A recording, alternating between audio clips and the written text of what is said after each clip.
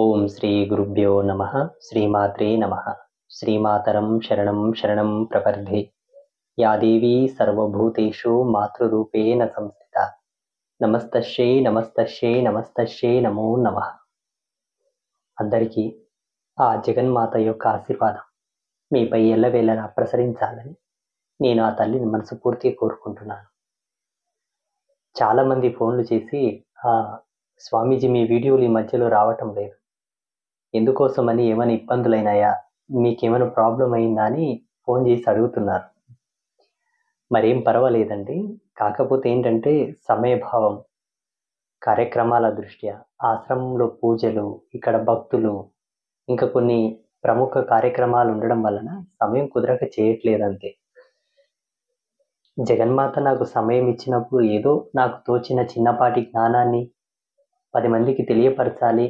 జగదంబ ప్రసాదితంగా నాకు వచ్చిన జ్ఞానాన్ని తెలియపరచడానికి నాకు సమయం ఉన్నప్పుడు నేను ప్రయత్నం చేస్తాను. పని కట్టుకొని వీడియోలు చేయాలి, పని కట్టుకొని మాట్లాడాలనే కాన్సెప్ట్ అయితే నాకు లేదు. ఏదో అట్లా సమయం దొరికినప్పుడు ఏదో 2 మాటలు చెబుదాము, మనసున్న వాళ్ళు వింటారు, లేని వాళ్ళు వినరు, సరే అంతా జగన్మాత ఆశీర్వాదం అని చెప్పేసి మాట్లాడుతుంటాను అన్నమాట. ఈరోజు ఒక ముఖ్యమైన విషయాన్ని మీతో పంచుకుందామని ఈ వీడియో చేస్తున్నాను. ఇప్పుడు కూడా చాలా ఇంపార్టెంట్ పని ఉంది. రేపు వరంగల్లో ఒక ముఖ్యమైన సమావేశం ఉంది, ఎల్లుండి ఎర్రవరంలో ఒక పూజ కూడా ఉంది. వాటికి సంబంధించిన ఏర్పాట్లు కూడా చూడాలి. కానీ సరే ఒక 10 నిమిషాలు మాట్లాడదాము, మాట్లాడిన తర్వాత పని చూసుకుందామని కూర్చున్నాను. ఏంటి ఆ ఇంపార్టెంట్ విషయము, దేని గురించి నేను మీతో షేర్ చేసుకోవాలనుకుంటున్నాను అన్న విషయం, ఒక ముఖ్యమైన విషయం ఈరోజు మీతో మాట్లాడాలని అభిప్రాయపడి సమయం తీసుకొని మరీ ఈరోజు కూర్చున్నాను. ఏమిటి ఆ ముఖ్యమైన విషయం అనగా, ఈరోజు ఎంత సుదినము, ఎంత సుప్రసన్నమైనటువంటి అద్భుతమైన అద్వితీయమైన దినమని నేను భావిస్తున్నానంటే, సాక్షాత్తు భగవంతుడే ప్రత్యక్షమై వరం ఇచ్చినంత గొప్పగా నేను ఆనందపడుతున్నాను. అంటే ఇప్పుడు కాదు, ఈ నెల జనవరి 2024వ సంవత్సరము జనవరి 22వ తారీఖు రోజు, ఆ రోజును నా జీవితంలో సాక్షాత్తు భగవంతుడే ప్రత్యక్షమై వరం ఇచ్చినంత గొప్పగా ఆనందపడ్డాను. అసలు ఆ ఆనందాన్ని వర్ణించడానికి, వివరించడానికి మాటలు రావు. మీకు అర్థమయ్యే ఉంటుంది జనవరి 22 తారీఖు ఏం జరిగింది, దేని గురించి స్వామీజీ మాట్లాడుతున్నానని. శ్రీరాముని యొక్క ప్రతిష్ట అనేది ఒక అద్భుతం అనిర్వచనీయం. అయితే మొదట నాకు రాముడి నుంచి ఆహ్వానం వచ్చింది. ప్రతిదీ మీతో షేర్ చేసుకోవాలని ఒక ఉత్సుక కలిగింది కాబట్టి మీకు చూపిస్తాను. ఇది నాకు వచ్చినటువంటి ఆహ్వాన పత్రిక అన్నమాట. ఇది ఫస్ట్ వచ్చింది. ఎప్పుడు వచ్చింది, దీంట్లో డేట్ గురించి చూపిస్తాను. డిసెంబర్ 3 తారీఖు రోజు ఇది వచ్చింది. డిసెంబర్ 3 తారీఖు రోజు ఇది ఆహ్వాన పత్రిక వచ్చింది. మన పీఠం పేరు మీద, నా పేరు మీద ఇది ఆహ్వానం. శ్రీరామ ప్రభువే నన్ను ఆహ్వానిస్తున్నాడని భావించాను నేను. ఈ దేశానికి, ఈ ధర్మానికి, మన సనాతన ధర్మానికి నేను ఒక అంకురముగా, ఒక రేణువుగా, ఒక చిన్నపాటి ఒక దుమ్ము రేణువుగా నేను ఉపయోగపడుతున్నానేమో, అందుకే భగవంతుడు నాకు ఆహ్వానం ఇచ్చాడు. రెండవది, ఇంకొక ఆహ్వానం వచ్చింది. ఇది స్పీడ్ పోస్ట్లో వచ్చింది. ఇది కూడా అయోధ్య నుంచే వచ్చింది. ఇంతకుముందు చూపించిందేమో విశ్వ హిందూ పరిషత్ వారి ఆధ్వర్యంలో వచ్చింది. ఇదేమో డైరెక్ట్గా శ్రీరామ జన్మభూమి తీర్థక్షేత్ర ట్రస్ట్ వారి నుంచి వచ్చింది. ఇది నవంబర్ 23 తారీఖు రోజు వచ్చింది. అది డిసెంబర్ 3 తారీఖు రోజు వస్తే, ఇది నవంబర్ 23 తారీఖు రోజు వచ్చింది. ఎంత నా జన్మకి ఎంత సంతోషం, ఎంత అదృష్టంగా భావిస్తున్నానంటే, నేను ఒకటి కాదు 2 ఆహ్వానాలు వచ్చాయి. బాగా చూడండి, ఇదేమో నవంబర్ 23 తారీఖు వచ్చింది. ఇక్కడ డేట్ గురించి చూడండి, నా వేలు దగ్గర డేట్ ఉంది, నవంబర్ 23 తారీఖు ఉంది. ఇది 2 ఆహ్వానాలు నాకు రావడం నిజంగా నా జీవితానికి ఎంతో ఆనందం, ఎంతో సంతోషం. అయితే నేను, నాతో పాటు ఇంకొంతమంది స్వామీజీలు ఇక్కడ నుంచి 18వ తారీఖు బయలుదేరాము. మేము ఫ్లైట్కి 18వ తారీఖు ఇక్కడ నుంచి బయలుదేరి సాయంత్రం వరకు, మధ్యాహ్నం 4-4:30 వరకు వారణాసి చేరుకున్నాం. వారణాసి చేరుకున్న తర్వాత అక్కడ కొన్ని ధార్మికమైన కార్యక్రమాలు ఉండేవి. వాటిలో పాల్గొని కాశీ విశ్వేశ్వర స్వామి దర్శనం చేసుకొని అక్కడ నుంచి త్రివేణి సంగమం వెళ్ళి అలహాబాద్ దగ్గరికి వెళ్ళి అక్కడ మాఘ శాహి స్నానం ఒకటి జరుగుతూ ఉంటుంది ప్రతి సంవత్సరం. ఉత్తరాయణ పుణ్యకాలం ప్రవేశించినప్పటి నుంచి పుష్య పౌర్ణమి వరకు అక్కడ మాఘ స్నానాలు చాలా గొప్పగా చేస్తారు. అంటే మాసిక కుంభమేళ, వార్షిక కుంభమేళ అంటారు దాన్ని. అక్కడ త్రివేణి సంగమంలో స్నానం చేసి సంగమ జలం తీసుకొని మళ్ళీ వారణాసికి వచ్చి 20వ తారీఖు రోజు అయోధ్యకు ప్రయాణమయ్యాం. అయోధ్యలో ప్రవేశించి అయోధ్యలో కాలు పెట్టిన తర్వాత ఆ ఆనందము, ఆ సంతోషం అద్వితీయం, వర్ణనాతీతం. ఎందుకంటే ఫస్ట్ టైం నా జీవితంలో నేను అయోధ్యలో కాలు మోపడం. నాకు ఊహ వచ్చినప్పటి నుంచి రామాయణం వినడం, చదవడం, సినిమాల్లో చూడడం, పెద్దలు చెప్పడం, అలాగే నేను ఒక సాధువుగా భిక్షాపాత్ర తీసుకున్నప్పటి నుంచి కూడా ధర్మ విశ్లేషణామృతమై ఎన్నో విషయాలు శోధించాను, ఎంతో మందిని కలిశాను, తెలుసుకున్నాను. ఎన్ని ప్రదేశాలు తిరిగినా, ఎంతమందిని తెలుసుకున్నా, ఎంతమందితో కనుక్కున్నా, శ్రీరామ జన్మామృతం అనేది ఒక అద్భుతం. రాముడు పుట్టి నడయాడిన ఆ సమయం ఏదైతే ఉన్నదో అద్భుతం. ఎందుకంటే భగవంతుడు మనిషి పుట్టిన తర్వాత మానవ జన్మ ఎత్తి మాంసనేత్రంలో ముద్దతో పుట్టిన తర్వాత మానవుని యొక్క ప్రయాసాలకు ఆయన ఓర్చుకొని జీవించేటప్పుడు ఎటువంటి పాత్రతతో ఆ జీవుడు బ్రతకాలని తను జీవించి నేర్పినటువంటి గొప్ప సుధాసౌధమూర్తి. అంతటి భగవంతుని దగ్గరికి నేను వచ్చానే అన్న ఒక ఆనందము ఒక్కసారిగా సంకెళ్ళు తెంచుకొని నా కళ్ళ నుంచి అసలు ధారాళంగా నీళ్ళు వచ్చాయి. ఎంత అంటే అసలు చెప్పొద్దు. అందరూ స్వామీజీలందరూ అంటే నివ్వెరపోయారు. ఎందుకండి మీరు ఏడుస్తున్నారు? ఏమైంది మీకు? ఏమైనా ఆరోగ్యం బాగులేదా? ఏమైనా ఇబ్బంది అయిందా? ఏమైనా ఫోన్ వచ్చిందా? ఆశ్రమం దగ్గర ఎవరికైనా ఏమైనా అయిందా అని చెప్పేసి అందరూ అడుగుతున్నారు.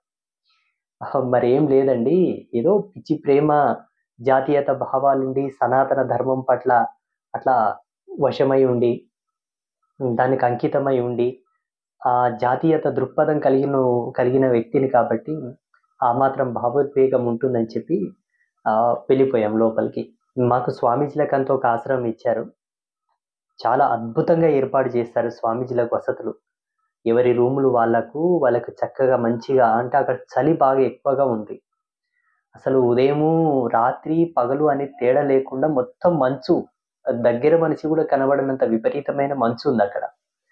మంచిగా చెడ్డ దుప్పట్లు ఇచ్చారు, బాగా లాంగ్ దుప్పట్లు ఇచ్చారు, మంచాలు ఏర్పాటు చేశారు.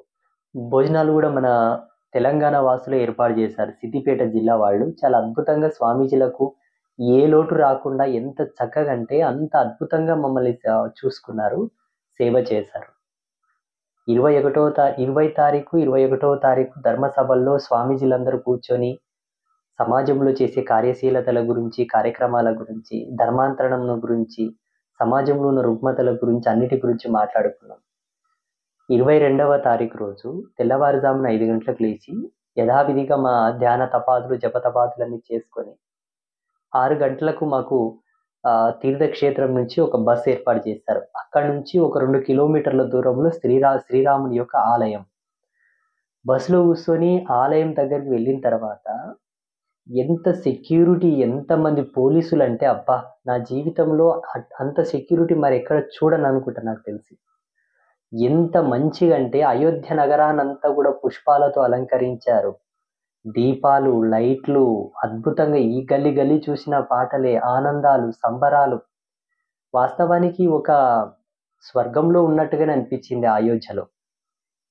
అక్కడ బస్సు దిగిన తర్వాత సరయూ నదికి వెళ్ళి ఆ సరయూ నదిలో కాళ్ళు చేతులు కడుక్కొని ఆ జలముతో 3 సార్లు ఆచమనీయం చేసుకొని శిరప్రోక్షణ చేసుకొని, అసలు శ్రీరామచంద్ర ప్రభువు ఇక్కడనే తన శరీరాన్ని త్యాగం చేసి స్వర్గానికి వెళ్ళాడని చెప్పి అక్కడున్న వాళ్ళు చెబుతా ఉంటే అదొక పారవశ్యం. అక్కడ నా భావోద్వేగం ఆగలేదు. అక్కడ కన్నీళ్ళు వచ్చేసాయి. ఎందుకు వస్తున్నాయో తెలియట్లేదు. నేను కావాలని ఏడవట్లేదు, ఏడవాలని కూడా ఏడవట్లేదు. అలా వచ్చేస్తున్నాయి అంతే. ఇంకా అక్కడ నుంచి అయోధ్య శ్రీరామ మందిరం దగ్గరకు వచ్చాము. మమ్మల్ని అందరినీ చెక్ చేశారు. చెక్ చేసిన తర్వాత మాకు ఈ QR కోడ్ పాస్ ఇచ్చారు. ఈ క్యూఆర్ కోడ్ పాస్ ఉన్న వాళ్ళని లోపలికి ఎంట్రీ చేస్తున్నారు. ఇంకా మిగతా ఎవరిని రానివ్వట్లేదు. ఎంత పెద్ద కోటీశ్వరుడైనా, ఎంత పెద్ద రాజకీయ నాయకుడైనా, ఎంత పెద్ద మఠాధిపతి, పీఠాధిపతి అయినా ఈ క్యూఆర్ కోడ్ ఉంటేనే లోపలికి ఎంట్రీ, లేకపోతే లేదు. ఈ పాస్ ఇచ్చారు. ఈ పాస్ తీసుకొని ఇంకా లోపలికి వెళ్ళిపోయామన్నమాట. ఇంకొక విశేషం ఏంటంటే చాలా మంది స్వామీజీలకు క్యూఆర్ కోడ్ రాలేదు. కొంతమంది జగద్గురువులకు కూడా రాలేదు పాపం. అదేంటో నా అదృష్టం, నా పూర్వజన్మ సుకృతం, మా గురువుల ఆశీర్వాదం, మా సాధన మహత్యము, జగదంబ ఆశీర్వాదం, ఆ పరదేవత అనుగ్రహం ఉంది అని నేను అనుకున్నాను. అమ్మవారి ఆశీర్వాదంతోనే నాకు క్యూఆర్ కోడ్ వచ్చింది. నేను లోపలికి వెళ్ళాను. మొత్తం చెకింగ్ అయిపోయింది, అంతా అయిపోయింది.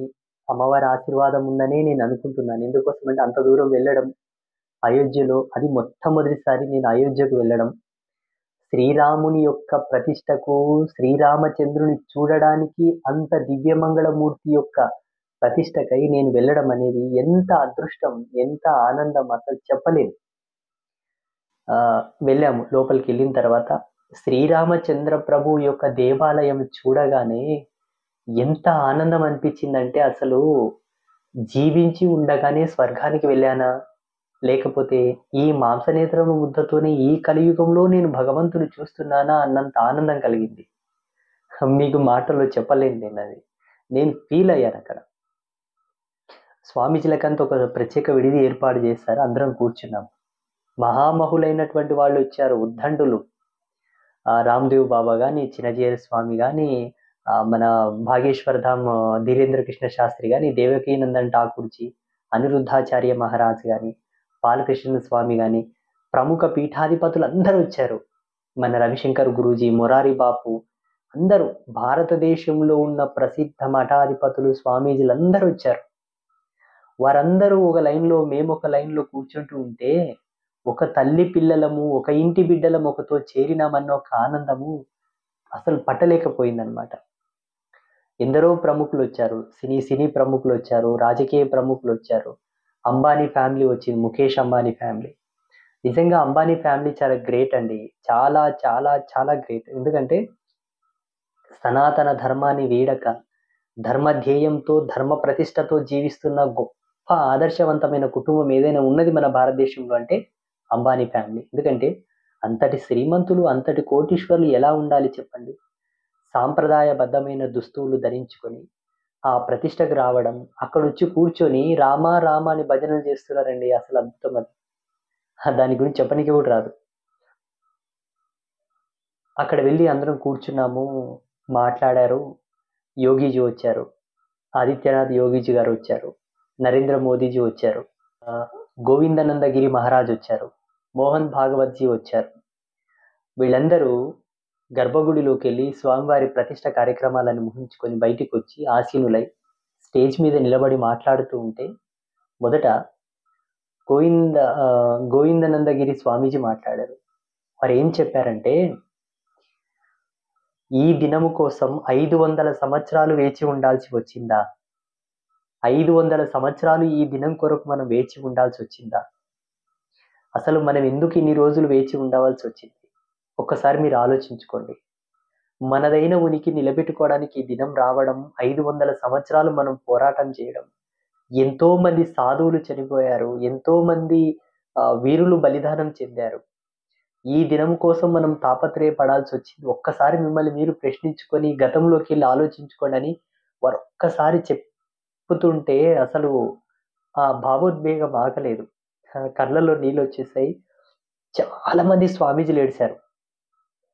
ఎంతమంది ఏడిచారంటే అసలు అక్కడ కూర్చున్న వాళ్ళు స్వామీజీలు ఏడుస్తున్నారు, సినీ ప్రముఖులు ఏడ్చేశారు, రాజకీయ నాయకులు ఏడ్చేశారు, సింగర్స్ ఏడ్చారు. అమితాబ్ బచ్చన్ ఏడ్చారండి. అమితాబ్ బచ్చన్ ఏడ్చేశాడు. అంబానీ భార్య నీతా అంబానీ గారు ఏడ్చేశారు. ఇంకొక విచిత్రం ఏంటంటే కంచి జయేంద్ర సరస్వతి మహాస్వామి వారు కూడా ఏడ్చారు. అంటే అది ఒక ఆనందం ఇంకంతే. ఎందుకంటే ఎంతో మంది ఆ స్వామి గురించి, ఆ అయోధ్య నగరం గురించి ప్రాణత్యాగాలు చేశారు, బలిదానం చేశారు. అసలు అది చెప్పడం ఏంటి చెప్పండి, చెప్పడానికి ఏమొస్తుంది, ఏం రాదు. నన్ను చాలా మంది టీవీ వాళ్ళు అక్కడ ఇంటర్వ్యూ ఇయ్యమన్నారు. ఒక ప్రముఖ హిందీ ఛానల్ వాళ్ళు నా దగ్గరకొచ్చి అడిగారనమాట. "స్వామీజీ మీరెక్కడి నుంచొచ్చారు" అని హిందీలో అడిగితే, "మేము హైదరాబాద్ నుంచొచ్చాము" అని చెప్పాను. "ఎలా ఫీల్ అవుతున్నారు మీరు? ఏమైనా చెప్పాలనుకుంటున్నారా?" అన్నాడు. "मुँह से बात नहीं निकलता है, आँखों से आँसू निकल रहे, रिकॉर्ड कर सकते तो कर लो" అన్నాను నేను. ఎందుకోసమండి గూడా మాట్లాడడానికి గాదు గదండీ! ఆనందం అది. ఆ ఆనందంలో ఏం మాట్లాడతాం? ఏం చెప్తాం? ఏం పంచుకుంటాం జెప్పండి? ఎందుకోసం ఈ ఆనందం అంటే, ఇప్పుడు మన ఇంట్లో ఉన్నదాన్ని మనము తీసుకొని, మనం ఆస్వాదించి, మనం పొందడానికే 500 ఏళ్ళు పట్టింది. 500 సంవత్సరాలు అసలు మనదైన ధర్మాన్ని నిరూపించుకోవడానికి కోట్ల మెట్లెక్కడము, స్వామీజీలు తపస్సులు జేయడము, అనుష్ఠానాలు జేయడము, బలిదానాలు, ప్రాణ త్యాగాలు చేస్తే తప్ప ఈరోజు ఆహ్, ఆ భగవంతుడు అక్కడ కూర్చోలేదు గదా! గోవిందానందగిరి స్వామీజీ స్టేజ్ మీదనే ఏడిచాడు.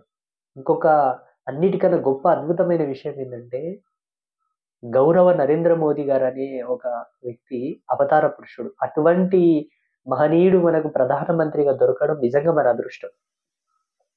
మేము స్వామీజీలమంతా సాయంత్రం రూమ్‌లోకొచ్చిన తర్వాత అందరం కూర్చొని మాట్లాడుకున్నాం ఈ విషయం. ఎందుకోసమంటే 60 సంవత్సరాలు పరిపాలించిన కాంగ్రెస్ ప్రభుత్వంలో శ్రీరామ జన్మభూమి గురించి ఏమాత్రం పట్టించుకోలేదు. ఎంతోమంది హిందువులు పిటిషన్‌లేసినా, కేసులేసినా, స్వామీజీలు మాట్లాడినా నొక్కిపెట్టారు. ఈ మహనీయుడొచ్చిన తర్వాత తన భుజాన వేసుకొని మన దేవుడిని మనకిప్పించాడు. మన హక్కును మనకిప్పించాడు. మన ధర్మాన్ని మనకిప్పించాడు. మనదైన ఉనికిని ప్రపంచంలో నిలబెట్టాడు. ఇంతకంటే గొప్పది ఏం కావాలో చెప్పండి? ఏం అవసరం చెప్పండి మనకు? ఇంకొక విషయం ఏందంటే చాలామంది ఆహ్, టీవీలలో కామెంట్ చేశారు. ఏంది? నరేంద్ర మోదీ గారికి భార్య లేదు కదా! భార్య లేని వాళ్ళు ప్రతిష్ఠ ఎట్లా చేస్తారు?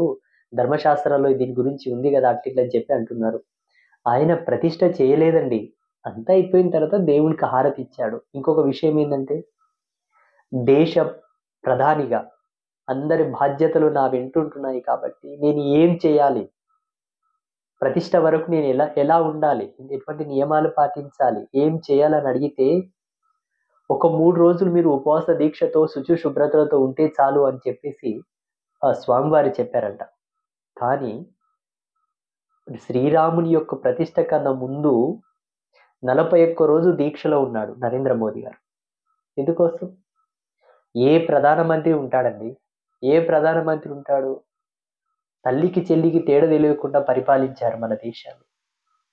ఒక దేవుని కోసం, మన ధర్మం కోసం 41 రోజు దీక్షలో ఉండి, 3 రోజులు నిరాహార యోగంతో ఉండి, రాముని విగ్రహం ప్రతిష్ఠ అయిన తర్వాత బయటికొచ్చి, ఒక స్వామీజీ పాలు తాగితే తాగి ఉపవాస దీక్ష విరమించుకున్న మహనీయుడు, మహాత్ముడు, అవతార పురుషుడు, కారణజన్ముడు నరేంద్ర మోదీ గారు.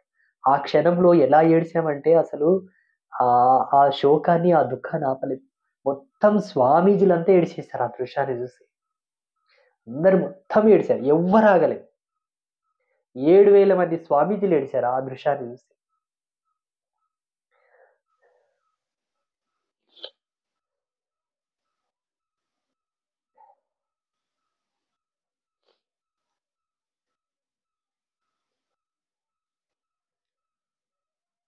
ప్రతి ఒక్కరు కంటతడి పెట్టుకున్నారు. ప్రముఖ సినీ గాయకులొచ్చారు. 'సోను నిగమ్' గారు, 'శంకర్ మహాదేవన్' గారు, 'అనురాధ పాద్వల్' వాళ్ళు ఎట్లా ఏడుస్తున్నారంటే చిన్న పిల్లలు బుక్కబెట్టి ఏడుస్తారు చూసారా? అట్లా ఏడుస్తున్నారు. చాక్లెట్‌ల కొరకు, గోళీల కొరకు ఏడుస్తారు గదా! అట్లా ఏడుస్తున్నారు. ఇంకా రామ్‌దేవ్ బాబా, రామ్‌దేవ్ బాబా గారైతే అసలు శోకం పెట్టి ఏడుస్తారు చూసారా? అట్లా ఏడుస్తున్నారు. ఎందుకు? అంటే వీళ్ళేం చేతగాని వాళ్ళు గాదు, తెలివి లేని దద్దమ్మలు గాదు, సన్నాసులు గాదు, పని పాట లేని పనికిరాని వాళ్ళు గాదు వీళ్ళు. ఏందంటే దేశంలో మనదైన ధర్మాన్ని మనం నిలబెట్టుకోవడానికి గూడా ఇన్నేళ్ళు ఆగవలసొచ్చింది గదా! ఈ దినం గురించి ఎంతో నిరీక్షించాము. ఎంతో మంది ప్రాణత్యాగం చేశారు. ఎన్నెన్నో జరగాల్సొచ్చింది గదా! ఇన్నాటికి మా కల సాకారమైంది. మా కల సఫలమైపోయింది. అనుకున్న మా అస్తిత్వం మాకు దొరికిందని ఒక ఆనందం. దాంతో పాటు ఒక బాధ. ఏంటా బాధంటే దీనికంతటి కారణం మన వాళ్ళే. వేరే వాళ్ళేం కాదు. మన వాళ్ళే. మన వాళ్ళ యొక్క ఐకమత్యం కరెక్ట్ లేకపోవడం, మన వాళ్ళ యొక్క యూనిటీ లేకపోవడం వలన ఇదంతా జరిగిందని అదొక చిన్న ఆహ్, పిచ్చి అనుకోండి, భక్తి అనుకోండి, ప్రేమ అనుకోండి, ఆనందం అనుకోండి, ఏదైనా అనుకోండి. అందరం ఏడ్చేసాం. గోవిందనందగిరి స్వామి మాట్లాడుతున్నప్పుడు ఎంత భావోద్వేగం జరిగిందంటే అక్కడ ఒక 10 నిమిషాలు మైక్ ఆఫ్ చేశారు. 10 నిమిషాలు మైక్ ఆఫ్ చేసి తర్వాతకి మళ్ళీ వాళ్ళకి నీళ్ళు అవి తాపి మళ్ళీ మాట్లాడించారు. ఎందుకంటే వాళ్ళు చాలా ఏడిశారు. వారి అనుభవం చాలా పెద్దది. వయసులో చాలా పెద్దవాళ్ళు వాళ్ళు. యోగి ఆదిత్యనాథ్ మాట్లాడేటప్పుడు ఓ 10 నిమిషాలు మైక్ ఆఫ్ చేశారు. ఎందుకంటే వారు ఏడ్చేశారు. నరేంద్ర మోదీ గారు కూడా ఏడ్చేశారు. వీళ్ళంతా చిన్నపిల్లలాగా ఏడుస్తున్నారేంట్రా పిచ్చి వాళ్ళు అనుకుంటారు చాలా మంది. అది పిచ్చి కాదు, భక్తి. ఎందుకంటే సుప్రీం కోర్టుతో ఎన్ని సాక్ష్యాధారాలు సబ్మిట్ చేయవలసి వచ్చింది. తను పుట్టిన ప్రదేశం, తను పెరిగిన ప్రదేశం, తనదైన దాన్ని నిలబెట్టుకోవడానికి భగవంతుడు ఇన్ని సాక్ష్యాధారాలు, ఇంతమంది, అందుకోసం అందరం ఏడ్చాము. సరే ఏడ్చాము, అయిపోయింది. తర్వాత లాస్ట్ నరేంద్ర మోదీ గారు వచ్చి మాట్లాడేటప్పుడు ఒక మాట వారు, అది టీవీలలో రికార్డ్ కాలేదు, ఏ ఛానల్ కూడా రికార్డ్ చేయలేదు నాకు తెలుసు. అప్పుడు కెమెరాస్ మొత్తం ఆఫ్లో ఉన్నాయి. ఏమన్నారంటే, ఈరోజు శ్రీరామచంద్రుని ప్రతిష్ట మనందరికి ఒక గర్వకారణం, ఆనందం అని మనం ఎలా అనుకుంటున్నాము, ఈ దినమునకు గల కారణం ఏంటో ప్రతి ఒక్కరూ ఆత్మ విమర్శ చేసుకోండి, మీ మనస్సాక్షిని ప్రశ్నించుకోండి అని వారు చెప్పారు. ఈ వీడియో చూస్తున్న మీరందరూ కూడా మీ మనస్సాక్షిని మీరు ప్రశ్నించుకోండి. ఎక్కడో అయోధ్య అక్కడ రాముడి విగ్రహం జరిగితే మనం ఎందుకు ఆత్మ విమర్శ చేసుకోవాలి స్వామీజీ అని మాత్రం అనుకోకండి. మీకు తెలియంది చాలా ఉంది. వాటన్నిటిని నిలబెట్టుకోవడానికి, వాటన్నిటిని పొందడానికి, జీవించడానికి, ఆస్వాదించడానికి ఈ మాట మీకు చాలా ఉపయోగపడుతుంది, గుర్తుంచుకోండి.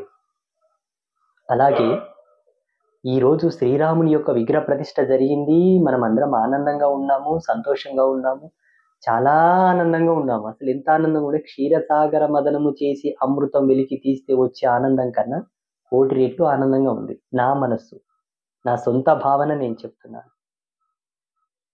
ఇంతమంది స్వామీజీలము, ఇంతమంది రాజకీయ నాయకులు, సినీ ప్రముఖులు, పారిశ్రామికవేత్తలు, పెద్ద వాళ్ళు అందరూ అక్కడికి రావడం కన్నా, అందరికన్నా గొప్ప వ్యక్తి ఒక ఆయన ఉన్నాడు. శ్రీరాముడు అక్కడ ఆసీనుడు కావడానికి ముఖ్యమైన భూమిక, ప్రథమ పాత్ర ఆ మహనీయుడే. వాళ్ళే జగద్గురు రామభద్రాచార్య స్వామి. వారు ఎట్లా ఏడుస్తున్నారంటే అసలు చంటి పిల్లాడు మారం చేస్తూ ఏడుస్తున్నట్టుగానే ఏడుస్తున్నారు. వారిని ఓదార్చడానికి నరేంద్ర మోదీ గారు, యోగి ఆదిత్యనాథ్ గారు స్టేజ్ మీద నుంచి కిందికి వచ్చి వారిని ఓదార్చి, వారిని శాంతపుచ్చి మళ్ళీ స్టేజ్ మీదకి ఎక్కి మాట్లాడారు. ఎందుకోసం అంటే వారు పుట్టినప్పుడే బ్లైండ్, పుట్టుకతోనే వాళ్ళు గుడ్డి వాళ్ళు. అంతటి మహనీయుడు ఎన్నో భాష్యాలు రాశాడు, ఎన్నో గ్రంథాలు రాశాడు, ఎన్నో వేదాంతాలు చదివాడు, ఎన్నెన్నో ఉపనిషత్తులు చదివాడు, గుడ్డివాడే.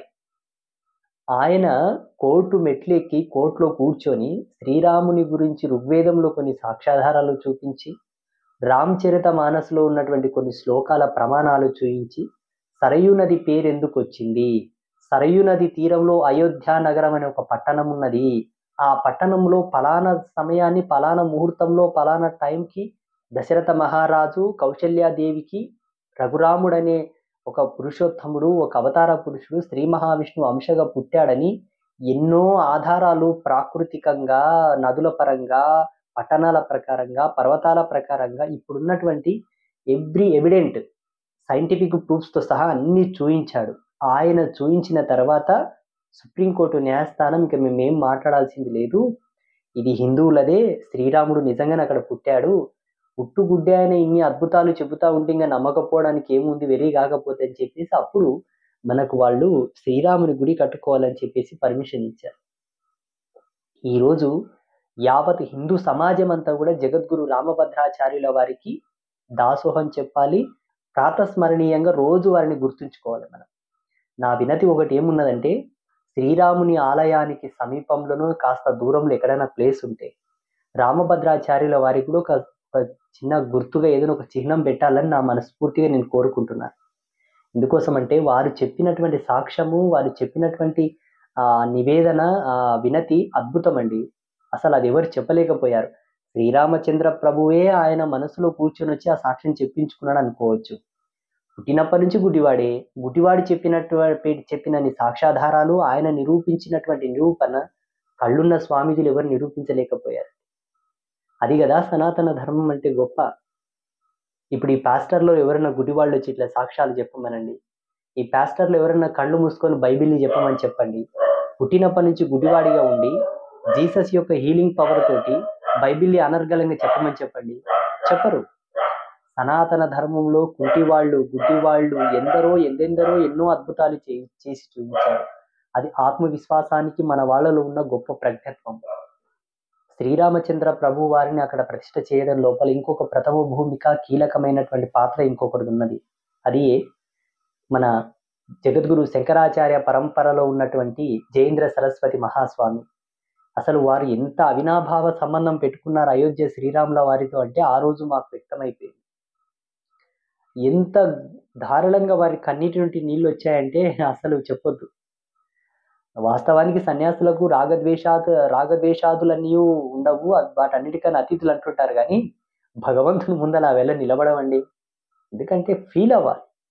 జాతీయత భావాలుండి, ధర్మం పట్ల రక్తి ఉండి, ధర్మం పట్ల అవగాహన ఉండి, దేశము, ధర్మము, శాస్త్రము, సిద్ధాంతము అన్నిటి మీద పట్టున్న వాళ్లకు ఆ ఫీల్ ఉంటది. ఏదో వస్త్రం కట్టుకున్నాము, బొట్టు పెట్టుకొని మనదైన ఉనికి నిలబెట్టుకోవడానికి, మనదైన దాన్ని నడిపించుకోవడానికి, తినడానికి, తాగడానికి, షోప్ టాప్ కోసం స్వామీజీలైన వాళ్ళు ఎవరు ఏడవలేరు. చాలా మంది ఏడిశారు అనుకోండి, అట్లేం లేదు. కాకపోతే కొందరు ఉంటారు. ఇప్పుడు అందరిని అన్నికే రాదు మళ్ళీ. కొందరు ఉంటారు. కానీ మేజర్ ఆఫ్ ద మేజర్ అందరు స్వామీజీలు కూడా ఏడ్చేశారు. దీంట్లో ఏమాత్రం అనుమానం లేదు. ఇంకొకటి, రాముడు ప్రతిష్ఠ జరిగి రాముడు కూర్చుంటే ఆనందపడాలి కానీ ఏడుస్తారు ఎందుకు స్వామీజీ అనుకోవచ్చు చాలా మంది. ఏడుపు కాదది, ఆనందం. ఆనందాన్ని వ్యక్తం చేసే రెండు పద్ధతులు. ఒకటి నవ్వాలి, రెండు ఏడవాలి. నవ్వితే ఏమంటారు? పిచ్చి వాళ్ళు అంటారు. ఎందుకంటే నవ్వులాడడానికి వచ్చిండ్రా అంటారు. కాకపోతే ఏడవడమే. మనసు బరువెక్కి ఏడుస్తూ ఉంటే ఆ బాధ, ఆనందము ఎలా చెప్పాలో నాకు అర్థం కాదు.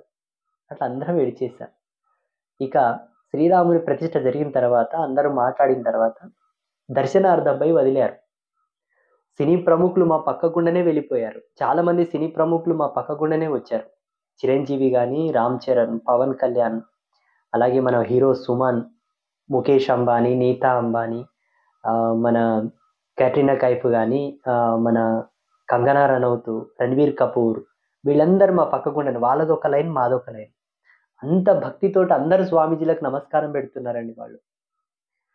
బయట సమాజంలో చిత్ర పరిశ్రమలో ఎలా ఉంటారో మనకు సంబంధం లేదు కానీ ఆ ప్రదేశంలో ఎంత భక్తిభావం, ఎంత వినమ్రత.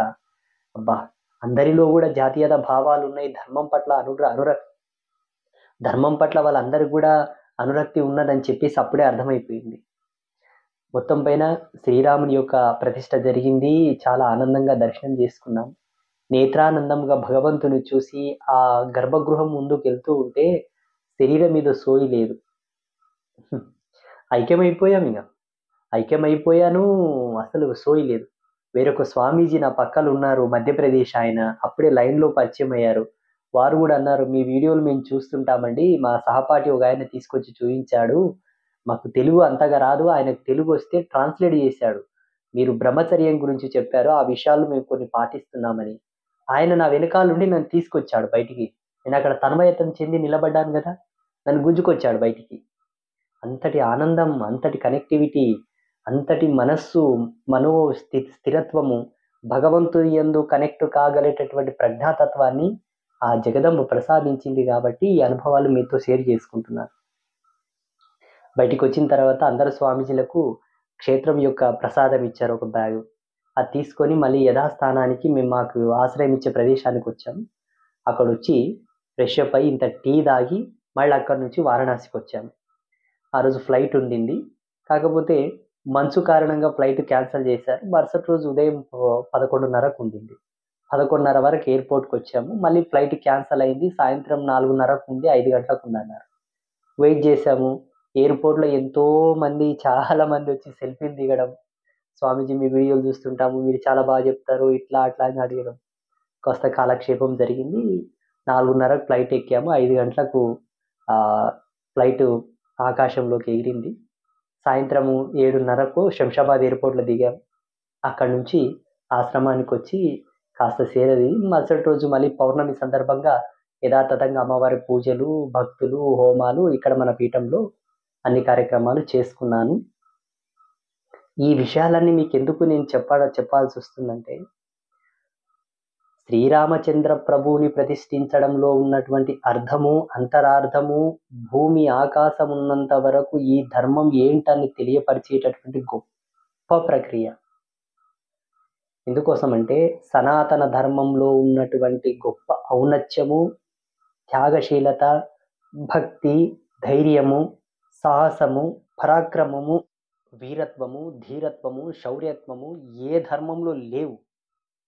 కానీ మన ధర్మంలో ఒక వీక్‌నెస్ ఉందండి. మన వాళ్ళే మనకు సపోర్ట్ చెయ్యరు. మన వాళ్ళే మన మాట వినరు. ఈ ఒక్క అకారణం చేత ఈరోజు 500 సంవత్సరాలు ఎన్నో సాక్ష్యాధారాలతో భగవంతుడే తనను తాను నిరూపించుకోవాల్సి వచ్చింది. ఇంతటి దుర్గతి, ఇంతటి దుర్భిక్ష మనకు రావడానికి కారణం మన వాళ్ళే. ఆనాడు ఎందరో మహనీయులు, ఎందరో వీరులు పోరాడుతూ ఉంటే చేతులు కట్టుకొని చూసారు తప్ప ఏ ఒక్కరు రాలేదండి. మన రాజులే, మన సామంత రాజులే. ఈ దేశంలో ఉన్నటువంటి సామంత రాజులే.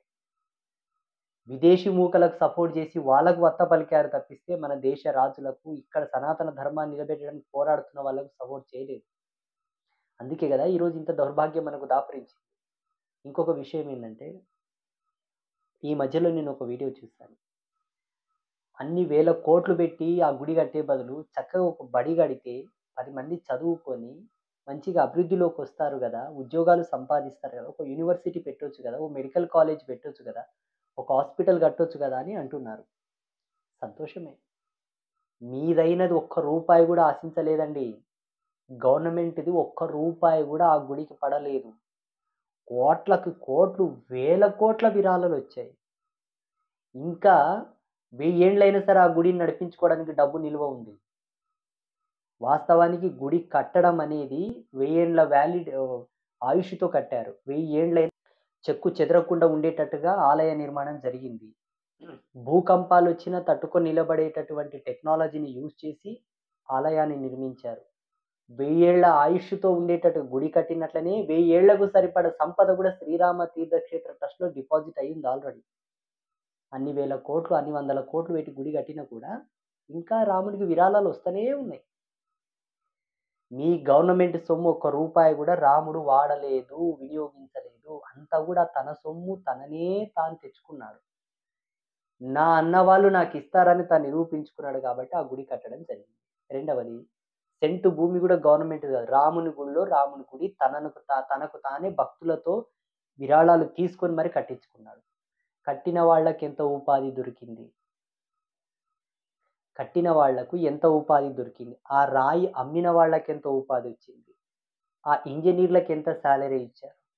ఇప్పటికి వర్క్ నడుస్తుంది. ఇంకా వర్క్ పూర్తి కాలే. అక్కడ పనిచేసేటోళ్ళకి ఎంత సాలరీస్ వస్తున్నాయి? మీరన్నట్టుగానే ఆ స్థలంలో మెడికల్ కాలేజ్ కడదాం. సరే. మీరన్నట్టుగానే ఒక పాఠశాలను, ఒక కాలేజీయో, ఒక విద్యాలయమో కడదాం. కట్టి ఏం చేస్తాం? పిల్లల్ని బడికి పంపిస్తాం. చదివిస్తాం. చదివి గొప్పోళ్ళైతారు, ప్రయోజకులైతారు. అయిన తర్వాత ఏంటి వాళ్ళ పరిస్థితి? చదివినోళ్ళకే ఉద్యోగాలు లేవు గదా! నిరుద్యోగ భృతి మీదనే గదా! మొన్న తెలంగాణలో చాలామంది ధర్నాలు చేశారు. మా తెలంగాణలో ఈ ఈ మధ్య ఎలక్షన్‌లో ఒక ఎమ్మెల్యే క్యాండిడేటే రెడీ అయింది ఒకామె. శిరీష అలియాస్ బరిలక్క అనే ఒక అమ్మాయి నిరుద్యోగ భృతి మీదే నేను ఎమ్మెల్యేనయ్యి అందరికి ఉద్యోగాలు ఇప్పిస్తా, ఒక కాన్స్టిట్యుయెన్సీని బాగు చేస్తా అని చెప్పేసి ఎలక్షన్స్‌లో పోటీ చేసింది. ఎంతమంది యూత్ ఇప్పుడు నిరుద్యోగ భృతి మీద పోరాడుతుండ్లేరు? వాళ్ళంతా చదువుకుండ్లేరా? మరి చదువుకున్నోళ్ళకే ఉద్యోగాలు లేవు. ఇప్పుడు కొత్త కాలేజీలు కట్టి, స్కూల్‌లు కట్టి వాళ్ళకి చదువులు చెప్తే వాళ్ళకెవడు ఉద్యోగాలిస్తాడు? చదువుకున్నోళ్ళకి ఉద్యోగాలు లేవా గదా! ఇప్పుడైతే. డిగ్రీలు, పీహెచ్‌డీలు ఎన్నెన్నో స్కాలర్‌లు చేసిన వాళ్ళకే ఉద్యోగాలు లేవిప్పుడు. ఆ మధ్యలో నేను అహోబిలం వెళ్ళాను. అక్కడ ఒక అబ్బాయి పూలు అమ్ముతున్నాడు. చాలా చక్కగా, అందంగా బాగుంటాడు. "ఏం అబ్బాయి నువ్వు పూలు అమ్ముకుంటున్నావు? ఇంత బాగున్నావు. నువ్వు పూలు అమ్మొచ్చా? ఇంతటి శరీరం, ఇంతటి అభినయం, ఇంత వయస్సుంది. ఏదైనా చక్కగా పని చేయొచ్చు గదా!" అంటే, లేదు స్వామి, నేను ఆల్రెడీ ఐయామ్ ఎ స్కాలర్. నేను ఏదో మాస్టర్స్ ఏదో చేశానన్నాడాయన. ఎంఏనో ఏదో చేశానన్నాడు. ఇంత చదివిన నాకే ఉద్యోగాలు లేవు స్వామి. చాలా తిరిగాను, ప్రయత్నాలు చేశాను. ఎక్కడ ఉద్యోగాలు రావట్లా. గవర్నమెంట్ గూడా ఏం వేయట్లా. ఏదో జానెడు పొట్ట ఉంది కాబట్టి, ఈ పూలు అమ్ముకుంటే అన్నీ పోంగా ఓ 400 మిగులుతాయి. దాంతో అమ్మానాన్నల కింద పోషించుకోవడానికి నాకు ఉపాధి ఉంటుందని ఒక 6 నెలల బట్టి పూలమ్ముతున్నానన్నాడు. అట్లా ఎంతమంది పనులు చేస్తుంలేరిప్పుడు. డిగ్రీలు చదివినోళ్ళంతా వ్యవసాయాల పనులు, పొలం పనులు చేస్తున్నారు. మేకలు మేపుతున్నారు, గొర్రెలు మేపుతున్నారు. ఇప్పుడు కొత్తగా పాఠశాలలు కట్టి ఇంకెవరిని ఉద్ధరిస్తారు మీరు? ఎవరికి ఉపాధి ఇస్తారు? ఎవరికి జాబ్‌లిస్తారు? బుద్ధికి తోచిన హితోపదేశం చేయండి. కానీ అనవసరమైన హితోపదేశాలు చేయకండి దయచేసి. ఇప్పుడు చదువుకున్నోళ్ళకి ఉద్యోగాలు ఇచ్చి చూపించండి. కొత్తగా చదివేటోళ్ళకి వేరే తర్వాత చూద్దాం. ఉన్న కాలేజీలలో, ఉన్న మెడికల్ కాలేజీలలోనే సరియైన వ్యవస్థలు లేవిప్పుడు. ఉన్న హాస్పిటల్స్‌నే పట్టించుకునే నాదుడు లేడు. ఇంక కొత్త హాస్పిటల్స్ కట్టియాలంటనా? ఉన్న హాస్పిటల్స్‌ని బాగు చేయమని ధర్నాలు చేయండి. గాంధీ హాస్పిటల్‌కెళ్ళండి. ఉస్మానియా హాస్పిటల్స్‌కెళ్ళండి. దోమలు, పేషెంట్లు పక్కపక్కల కాపురాలు చేస్తారు. హాస్పిటల్స్‌కెళ్ళి చూడండి. వాటిని బాగు చేయమని ధర్నాలు చేయండయ్యా. మీకు దేవుళ్ళతోనే ఉంటుందా? సరే. అంత భూమి అన్ని వేల కోట్లు పెట్టి ఎందుకు మీరు రాముని గుడి కట్టారు? డబ్బు వేస్ట్ అని అంటున్నారు. మీ అప్ప సొమ్ము ఒక్క రూపాయి కూడా వాడలేడు శ్రీరాముడు. తస్మాత్ జాగ్రత్త. గవర్నమెంట్ అంటున్నారు గదా! మీ సొమ్ము సింగిల్ ఒక చిల్లి గవ్వ గూడా రాముడు వాడలే. తనదైన సొమ్ము తనే పెట్టుకున్నాడు. 1000 ఏండ్లకు సరిపడ సొమ్ముంది ఇంకా. రెండవది, గాంధీజీ యొక్క సమాధి కోసం 45 ఎకరాలు. ఇందిరాగాంధీ సమాధికి 50 ఎకరాలు. నెహ్రూ సమాధి కట్టడానికి 75 ఎకరాలు. వాల్యుబుల్, వర్తబుల్ ల్యాండ్ సిటీలో ఎక్స్‌పెన్సివ్ అసలు ఎంత రేట్ ఆఫ్ కాస్ట్‌లీ ల్యాండ్ అంటే, మళ్ళా అన్ని ఎకరాల భూమి ఒక చిన్న చచ్చిపోయిన శవానికి ఒక సమాధికి అంత భూమి ఎందుకు చెప్పండి? ఇప్పుడు ఆ భూమి అమ్మితే కోట్ల రూపాయలొస్తాయి. అక్కడ మాట్లాడతలేరు మళ్ళా మీరు. అవసరమా అంత భూమి? సమాధికి ఎంత భూమి కావాలే? ఎన్ని ఎకరాలు కావాలి? ఒక ఎకరం పొలం తీద్దాం. ఎకరం కూడా పట్టదు. అరెకరం. అరెకరం ఎందుకు? సరే మీకు ఒక ఎకరం పొలం తీద్దాం. మిగతా భూమి ఎందుకు? ఆ పార్కుల పేరు మీద అదంతా దేనికోసం చెప్పండి? ఎవరికి ఉపాధి ఇస్తుంది అంత స్థలం? ఆ ఏరియా మధ్యలో, ఆ సిటీ సెంటర్‌లో వాళ్ళ సమాధులు కట్టి అన్ని ఎకరాల భూమి పెట్టకుండా వాటినంతా అమ్మి పేదలకు పంచొచ్చు గదా! వద్దా? అట్లొద్దా? అక్కడ రాదు మీకు. ఇంకొకటి, ఈ దేశ స్వతంత్రం కొరకు, ఈ ధర్మం కొరకు పోరాడినటువంటి ఝాన్సీ లక్ష్మీబాయి గ్వాలియర్‌లో ఆమె సమాధి చుట్టూ ఎంత స్థలం పెట్టారు? ఇందిరాగాంధీ ఏం ఉద్యమం చేసింది? మహాత్మా గాంధీ గారు ఏం ఉద్యమం చేశారు? కత్తి పట్టి పోరాడారా? మాటలతో మనకు స్వాతంత్రం రాలేదండి. ఎందరో బలిదానాలు చేస్తే వచ్చింది. ఝాన్సీ లక్ష్మీబాయి యొక్క సమాధి చుట్టూ ఎంత స్థలం ఉంది? చాచా నెహ్రూకి, ఇందిరాగాంధీకి, రాజీవ్ గాంధీకి, మహాత్మా గాంధీకేమో ఎకరాలు సమాధులు కట్టేస్తారు. ఈ దేశం కోసం పోరాడి, ఈ దేశం కోసం ప్రాణత్యాగం చేసిన వాళ్ళకేమో ఓ జానెడు జాగ పెట్టి దానిలో ఒక చిన్న కట్టడం కట్టేసి ఏదో స్తూపం పెట్టేస్తారు. ఇది ప్రతి హిందువు తెలుసుకోవాల్సినటువంటి సత్యం ఇదే చూడండి, బాగా గుర్తుంచుకోండి. మన దౌర్భాగ్యం ఇదంతా. మనమంతా ఐకమత్యంగా ఉండి మాట్లాడగలిగితే ఇటువంటివి జరగవు. మనం మాట్లాడటం లేదు, ఐకమత్యంగా ఉండటం లేదు కాబట్టి ఇవల్ల జరుగుతా ఉన్నాయి. ఇంకొక దౌర్భాగ్యం ఏంటంటే, రాముని యొక్క ప్రతిష్ఠ జరుగుతుందని చెప్పి ప్రతి పల్లె, ప్రతి తాండా, ప్రతి వీధి, ప్రతి వాడ, పట్టణాలు, నగరాలు, దేశం మొత్తం సంబరాలు జరుపుకొని ఫ్లెక్సీలేసుకుంటున్నారు రాముని సొంతం చేసుకునేకి. ఒక్క కాంగ్రెస్ నాయకుడు గూడా ఫ్లెక్సీలు కట్టలేదు రోడ్ల మీద. అంటే కాంగ్రెస్ వాళ్ళకు దేవుడు లేడా? దేవుని ఆశీర్వాదాలు అవసరం లేదా? అంటే పార్టీతోనే మీరు బ్రతకడం, పార్టీయే మీ సిద్ధాంతం, పార్టీయే మీ జీవన సర్వస్వం అయిపోయిందా? మీ ఇళ్లల్లో మీ శ్రీమతులు సుమంగళి నోములు నోస్తలేరా? దేవుని కన్నా మీకు పార్టీ ఎక్కువైందా? ఉండుకోకనండి. మీరు కాంగ్రెస్‌లోనే ఉండండి, కమ్యూనిస్ట్‌లోనే ఉండండి, బీజేపీలోనే ఉండండి, ఏ పార్టీలోనే ఉండండి. దైవమండి. దైవం. పాంచభౌతిక స్థితత్వంతో కూడుకున్న ప్రమాణ సిద్ధ చైతన్య శక్తి భగవంతుడు. అట్టి చైతన్య శక్తి యొక్క ఆశీస్సులు అనుగ్రహం మీ పైన లేకపోతే ఏ రాజకీయం చేసి నువ్వేం సుఖపడతావు? ఏం సంతోషంగా ఉంటావు? ఎన్ని రాజకీయాలు చేసినా, ఎన్ని డబ్బులు సంపాదించినా, ఎంత చేసినా పొట్ట కొరకు, భార్య పిల్లల కొరకే గదా! వాళ్ళ యశస్సే మీ జీవితాల్లో లేకపోతే మీరు ఏం రాజకీయం చేస్తారింకా? అంటే కాంగ్రెస్ పార్టీ మొత్తము హిందూ వ్యతిరేకం అన్నమాట.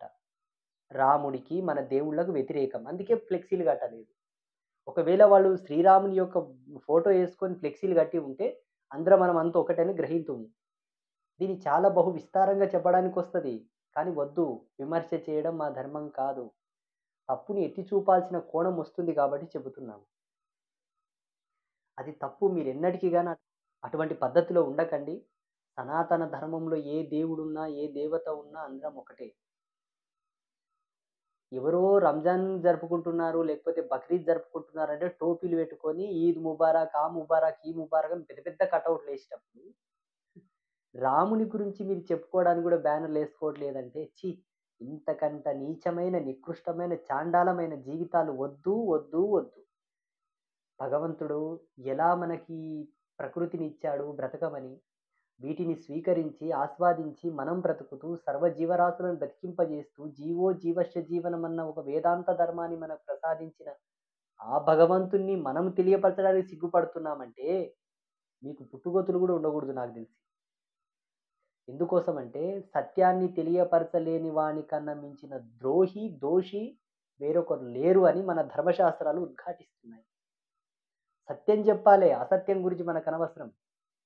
మీరు చెబుతున్నవన్నీ గూడా అసత్యాలే. ఎందుకంటే ప్రకృతి యొక్క నిర్వచనాలు ఏవి గూడా వాళ్ళ దాంట్లో ఉండవండి. ప్రాకృతిక ప్రమాణాలతో వాళ్ళ ధర్మాలు లేవు. వాళ్ళ సొంత మతుల నుండి వాళ్ళు నిర్మించుకున్న కాల్పనికమైనటువంటి కథలవెల్లా. ప్రకృతిలో ఒక సాక్ష్యమనుందా నిరూపించమని చూడండి చూద్దాం. ఈరోజు ఇంకొక విషయం ఏందంటే, ఒక ముస్లిం అబ్బాయి ఒక వీడియో మాట్లాడి పంపిస్తే వేరొకరు నాకు పంపించారు. ఈరోజు మీ రాజ్యం ఉంది. మీరు మందిర్ కట్టుకున్నారు. రేపు మా రాజ్యం వస్తే అదే రామ మందిరాన్ని కూల్చి మరి మా గుడి కట్టుకుంటాం. మా మసీదు కడతామని చెప్పేసి అబ్బాయి స్టేట్‌మెంట్ ఇచ్చాడు. పెద్ద వయసున్నోడింగా చిన్న పిల్లాడే. ఒక్క దెబ్బ కొడితే చచ్చిపోతాడు. బాగా పట్టున్నవాడు, బలమున్నవాడు కొడితే చచ్చిపోతాడు. అంత చిన్న పిల్లవాడు అంత రేసుగలు మాట్లాడడానికి కారణం ఏందంటే బ్రెయిన్ వాష్. ఎవరు చేసింటారు ఆ బ్రెయిన్ వాష్? పెద్ద మనుషులు. ఎనక నుండి బ్రెయిన్ వాష్ చేస్తారు. వీళ్ళని ముందుకు పంపిస్తారు. అటువంటి వాళ్ళకు ఎలా సమాధానం చెప్పాలి? ఇప్పుడు బాబర్ అనే వ్యక్తి ఎప్పుడొచ్చాడు? ఈ దేశం మీదకి ఎప్పుడు దండయాత్ర చేశాడు? మనకు చారిత్రక ఆధారాలున్నాయి, రుజువులున్నాయి. బాబర్ ఈ దేశం మీదకి రాకన్న ముందు ఆ ప్రదేశంలో ఏముండే? అంటే బాబర్ వచ్చినప్పుడు అయోధ్య అనేది ఊడిపడిందా ఆకాశం నుంచి? లేదు భూమిలో నుంచి ప్రత్యక్షమైందా? బాబర్ కన్నా ముందు ఆడేముంది? బాబర్ రాకన్నా ముందేముంది? బాబర్ వచ్చిన తర్వాత మసీదొచ్చింది. ఆయన పేరు మీద బాబ్రీ మసీద్ అని పేరొచ్చింది. సంతోషం. బాబర్ కన్నా ముందు ఆ ప్రదేశం లేదా? లోయలాగుండేనా మొత్తం? లేకపోతే అంతరిక్షంలో తేలాడుతుండేనా? ఈయన వచ్చి తపస్సు చేసి ఆడ మసీదు కట్టుకొని నన్ను బొంద పెట్టుకోరని చెప్పిపోయిండా? హ్మ్. ఏమి తెలివి తక్కువ మనుషులయ్యా మీరు నాకర్థం కాదు. బుద్ధుండి కాస్తన్నా ఉండి మాట్లాడతారా? ఆ! ఇదే కాదు.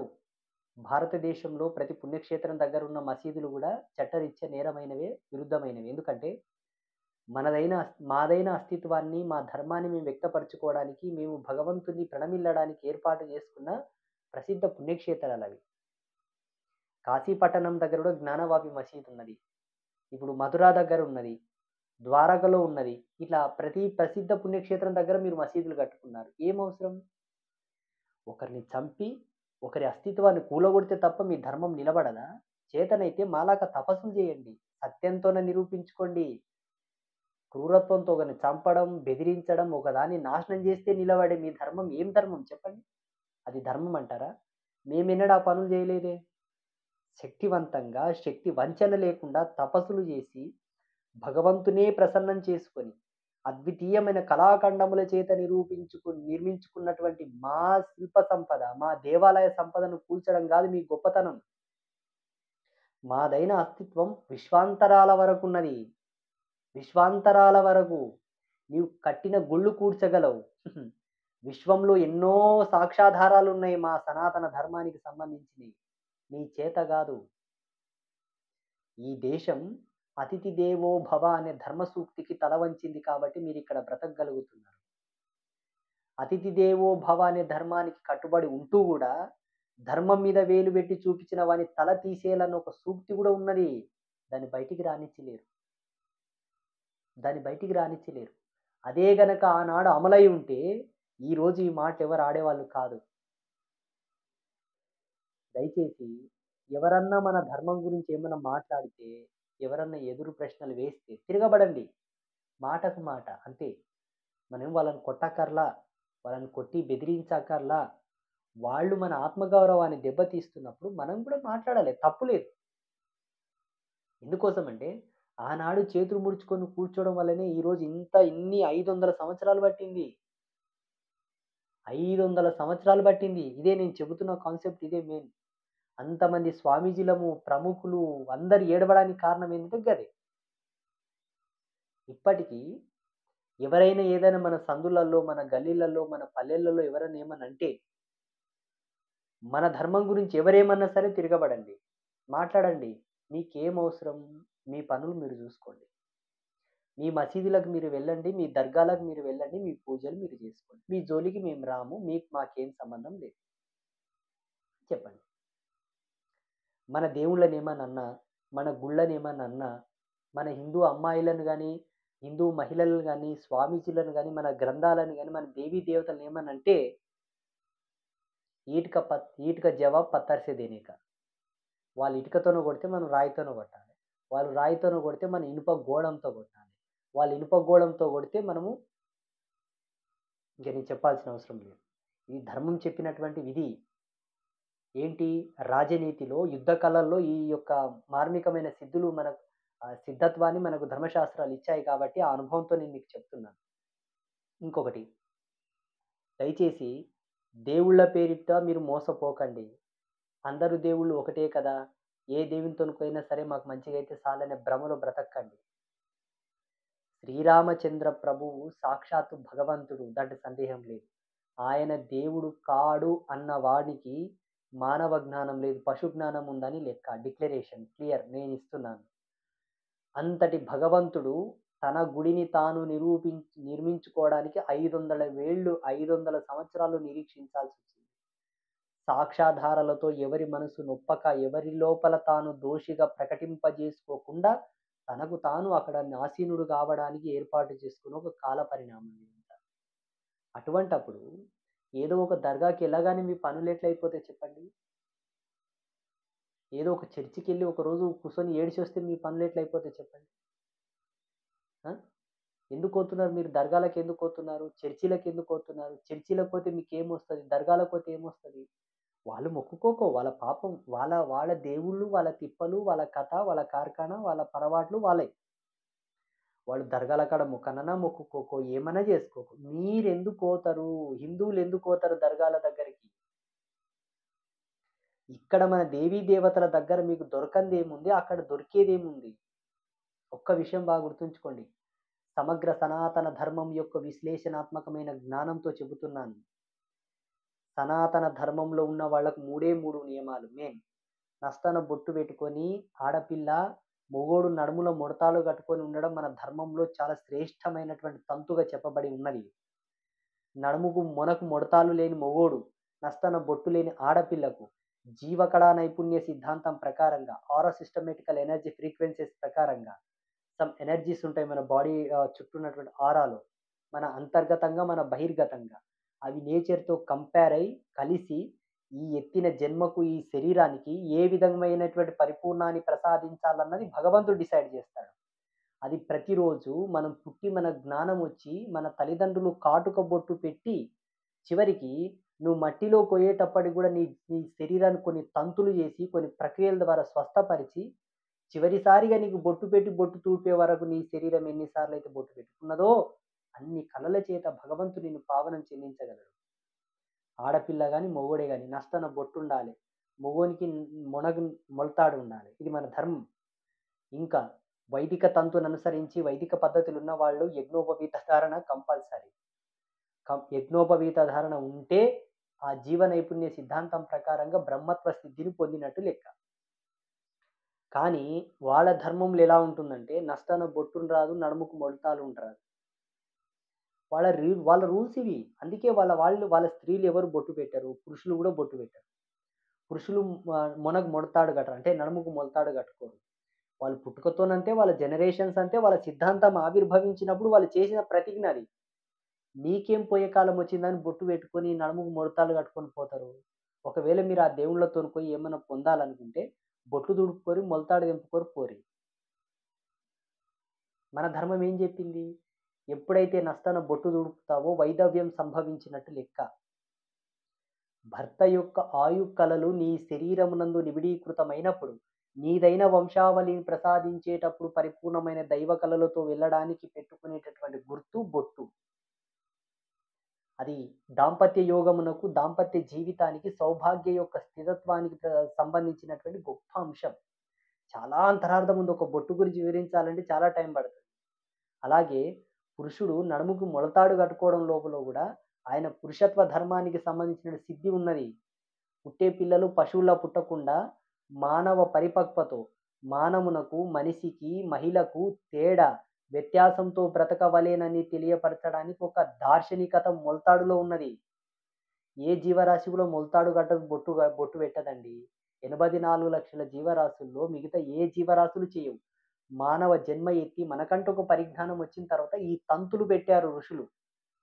జన్మకు కొన్ని ప్రత్యేకతలతో ఈ దేహం పరిపూర్ణత పొందాలని తనను తాను ఎరిగి తనను 10 మందిలో చూసుకొనుచు, 10 మందిని తనలో భావించుకొనుచు, జీవో జీవశ్యం అనే ధర్మానికి కట్టుబడి జీవుడు ఎప్పుడు కూడా పరిపూర్ణమైన ఎరుకలో బ్రతకాలని ఏర్పాటు చేసినటువంటి తంతులు వల్ల. ఇవేవి వాళ్ళ ధర్మంలో ఉండవు.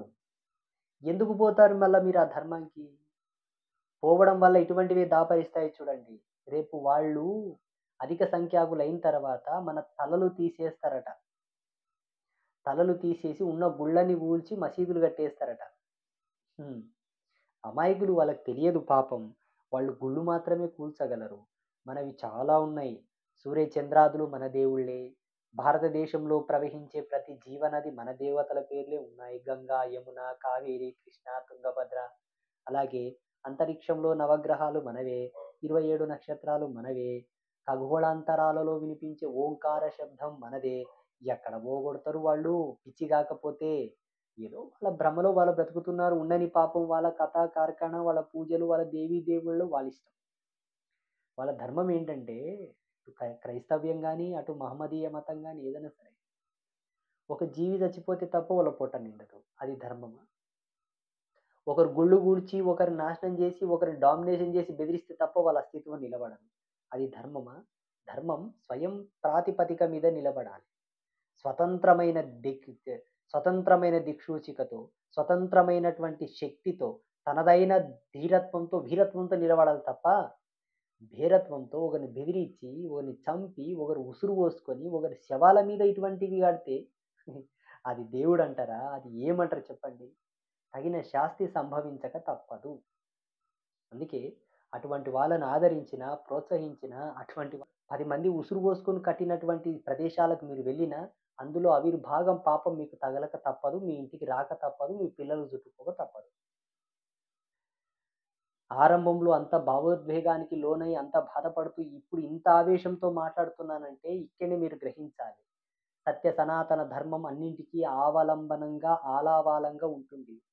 బాధలో, ప్రేమలో, ఆవేశంలో, శౌర్యత్వంలో, వీరత్వంలో అన్నిటిలో. సాధువుగా మా ధర్మకర్తృత్వం గూడా అంతే. శాంతంగా ఉండగలము. లోక కళ్యాణం కొరకు రౌద్రత్వాన్ని కూడా స్వీకరించగలం. ఈనాడు శ్రీరామచంద్ర ప్రభు యొక్క ప్రతిష్ఠ జరగడం ఎంతోమంది యోగుల తపస్సు. నేను 2011లో మా గురువుగారి చేత మంత్రదీక్ష పొంది భిక్షాపాత్ర, సన్యాస పాత్ర తీసుకున్నప్పుడే సంకల్పం చేశాను. శ్రీరామచంద్ర ప్రభు యొక్క మందిర నిర్మాణం కావాలి. భగవద్గీతను జాతీయ గ్రంథంగా ప్రకటించాలి. గోమాతను జాతీయ జంతువుగా ప్రకటించాలి.